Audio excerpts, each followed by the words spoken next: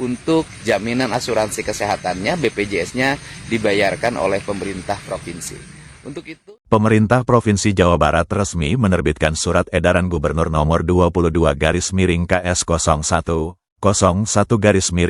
pada Rabu tanggal 11 Februari tahun 2026 sebagai langkah cepat untuk menjamin kelangsungan layanan kesehatan bagi warga miskin yang kepesertaan penerima bantuan iuran jaminan kesehatan atau PBIJK miliknya dinonaktifkan oleh Kementerian Sosial.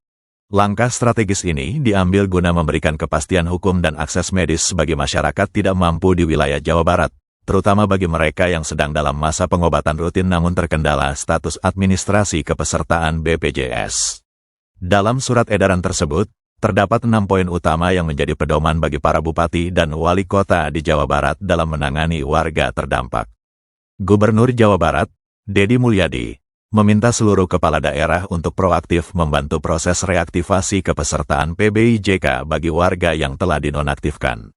Selain itu, fasilitas pelayanan kesehatan diinstruksikan untuk segera menerbitkan surat keterangan rawat atau pernyataan bagi pasien yang rutin berobat. Dokumen tersebut nantinya akan menjadi syarat utama yang dibawa warga untuk mengajukan reaktivasi status kepesertaan mereka ke Dinas Sosial setempat. Mekanisme penanganan warga juga dibedakan berdasarkan status Universal Health Coverage atau UHC di masing-masing daerah. Untuk kabupaten atau kota dengan status UHC prioritas, peserta yang membutuhkan layanan medis segera harus melewati proses verifikasi dan validasi data reaktivasi PBIJK terlebih dahulu. Sementara itu, bagi daerah dengan status UHC non-prioritas, warga akan didaftarkan sebagai peserta mandiri kelas 3 melalui skema pembiayaan yang telah diatur oleh pemerintah Provinsi Jawa Barat, sebelum nantinya dialihkan menjadi peserta iuran pemerintah daerah jika memenuhi kriteria yang berlaku.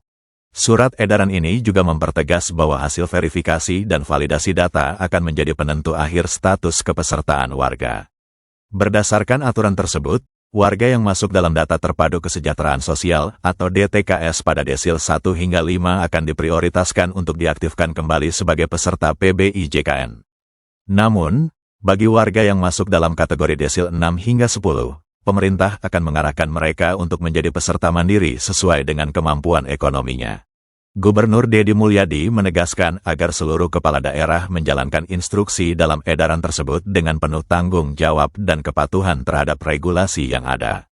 Ia menyatakan bahwa hal-hal teknis lain yang belum tercantum secara mendetail dalam surat edaran tersebut akan ditindaklanjuti lebih lanjut sesuai dengan ketentuan perundang-undangan yang berlaku.